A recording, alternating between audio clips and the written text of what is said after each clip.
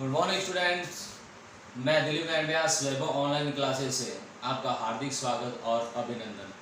Last video में हमने कक्षा 10 सामाजिक विज्ञान विषय का 7वां अध्याय राज्य सरकार के बारे में कुछ महत्वपूर्ण प्रश्न किए थे।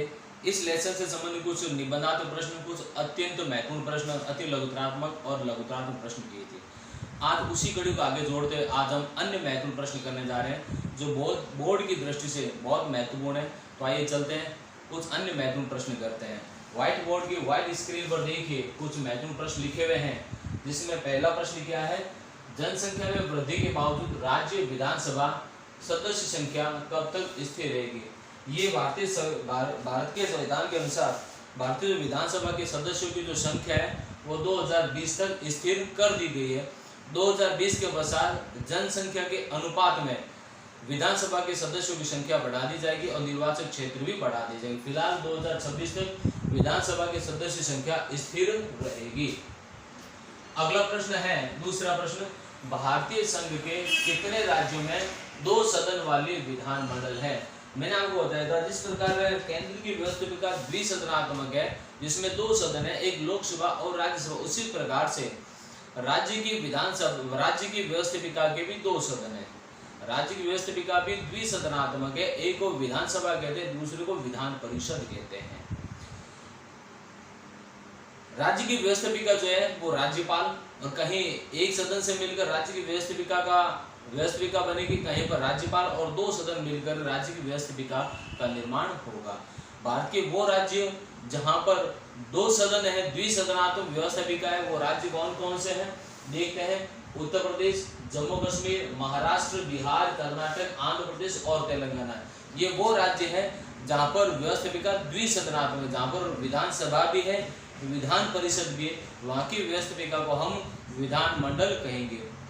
लेकिन राजस्थान में एक सदनात्मक व्यवस्थापिका, अर्थात राजस्थान की जो व्यवस्थापिका राज्यपाल और विधानसभा से मिलकर बनेगी। ओके, अगला प्रश्न है, तीसरा प्रश्न, विधान परिषद में कितने सदस्यों को राज्यपाल मनोनीत करता है। विधान परिषद में राज्यपाल 1/6 सदस्यों को मनोनीत करता है, जो खेल, साहित्य, चिकित्सा, समाज सेवा या अन्य किसी क्षेत्रों से संबंधित प्रतिष्ठित व्यक्ति होते हैं, उनको राज्यपाल मनोनीत करता है। वो सदस्य संख्या कितनी, कुल सदस्य संख्या का 1/6 भाग राज्यपाल मनोनीत करता है। चौथा प्रश्न है, विधानसभा व विधान परिषद के प्रमुख पदाधिकारियों के नाम बताइए। विधानसभा की कार्रवाई का संचालन विधानसभा अध्यक्ष और उपाध्यक्ष करता है। विधानसभा के सदस्यों में से एक को अध्यक्ष, दूसरे को उपाध्यक्ष बनाया जाता है। अध्यक्ष और उपाध्यक्ष कभी शपथ नहीं लेते। अध्यक्ष अपना त्यागपत्र उपाध्यक्ष को देता है और उपाध्यक्ष अपना त्यागपत्र अध्यक्ष को देता है। तो विधानसभा की कार्रवाई का संचालन अध्यक्ष और उपाध्यक्ष करते हैं, और विधान परिषद की कार्रवाई का संचालन सभापति और उपसभापति करते हैं। आइए अगला प्रश्न करते हैं, 5वां प्रश्न, मंत्री परिषद के विरुद्ध अविश्वास प्रस्ताव पारित करने का अधिकार विधानमंडल के किस सदन को नहीं है। विधानमंडल का दूसरा सदन जो है विधान परिषद, उसको अविश्वास प्रस्ताव पारित करने का अधिकार नहीं है। यह अधिकार विधानसभा को ही प्राप्त है। विधानसभा में जो प्रतिपक्ष पार्टी होती है, जो विपक्षी पार्टी होती है, वो मौजूद सरकार के खिलाफ अविश्वास प्रस्ताव पारित कर सकती है, और यह प्रस्ताव जब एक सदन में बहुमत से पारित हो जाता है तो उसके पश्चात उसे दूसरे सदन में भेजा जाता है। फिलहाल विधान परिषद को अविश्वास प्रस्ताव पारित करने का अधिकार नहीं दिया गया है। अगला प्रश्न, छठा प्रश्न, अध्यापकों का निर्वाचक मंडल विधान परिषद के कितने सदस्यों का निर्वाचन करता है। विधान परिषद के कुल सदस्य संख्या का 1/12 सदस्यों का निर्वाचन अध्यापकों द्वारा किया जाता है।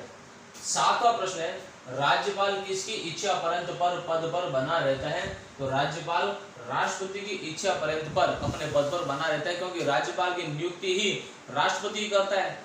जो नियुक्ति करता है उसी को त्यागपत्र सौंपा जाता है।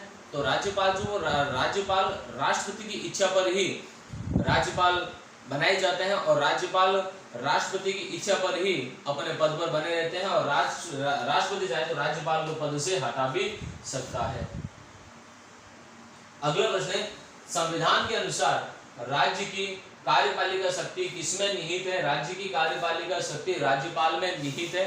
राज्यपाल को राज्यपाल को नाम मात्र की कार्यपालिका माना जाता है और मुख्यमंत्री उसके मंत्री परिषद को वास्तविक कार्यपालिका माना जाता है। उसी प्रकार से जिस प्रकार से केंद्र की कार्यपालिका शक्ति राष्ट्रपति में निहित है, जो कि नाम मात्र की कार्यपालिका शक्तियां हैं उसके पास, लेकिन वास्तविक शक्तियां किसके पास है? प्रधानमंत्री और उसके मंत्रिमंडल के पास होती है। उसी प्रकार से राज्य की व्यवस्थापिका में राज्य की कार्यपालिका जो शक्तियां हैं वो वास्तविक अर्थों में तो मुख्यमंत्री और मंत्री परिषद के पास होती है, और राज्य की कार्यपालिका शक्तियां राज्यपाल में ही निहित होती है, जो कि वास्तविक शक्तियां न होकर के नाम मात्र शक्तियां होती है, और वास्तविक शक्तियां मुख्यमंत्री और मंत्री परिषद के पास ही होती है। आइए चलते अगला प्रश्न करते हैं। मुख्यमंत्री को राज्यपाल के समक्ष किस आशय की शपथ लेनी पड़ती है? देखो, मुख्यमंत्री हो चाहे कोई भी मंत्री हो, चाहे प्रधानमंत्री हो, चाहे मंत्रिमंडल के कोई भी नेता हो, उन सबको जब शपथ दी जाती है तो उन्हें अपने कर्तव्य परायणता और गोपनीयता की शपथ लेनी होती है। अर्थात वो अपने पद पर ईमानदारी से काम करेंगे, कर्तव्य परायणता के साथ, और पद की गोपनीयता को बनाए रखेंगे। अगला प्रश्न है, उच्च न्यायालय का न्यायाधीश अपना त्यागपत्र किसे संबोधित करके देता है? यहाँ पर ध्यान देने योग्य बात यह है, उच्च न्यायालय का जो न्यायाधीश है वो त्यागपत्र तो राज्यपाल को सौंपते हैं, लेकिन संबोधित किसे करते हैं? राष्ट्रपति को करते हैं। तो उच्च न्यायालय के जो न्यायाधीश है वो राष्ट्रपति को संबोधित करते हुए अपना त्यागपत्र राज्यपाल को सौंपते हैं। तो स्टूडेंट, आज हमने कुछ महत्वपूर्ण प्रश्न किए हैं। कल अगले वीडियो में अन्य महत्वपूर्ण प्रश्नों के साथ उपस्थित होता हूँ। मैं Dilip Narayan Vyas. Thank you, best of luck.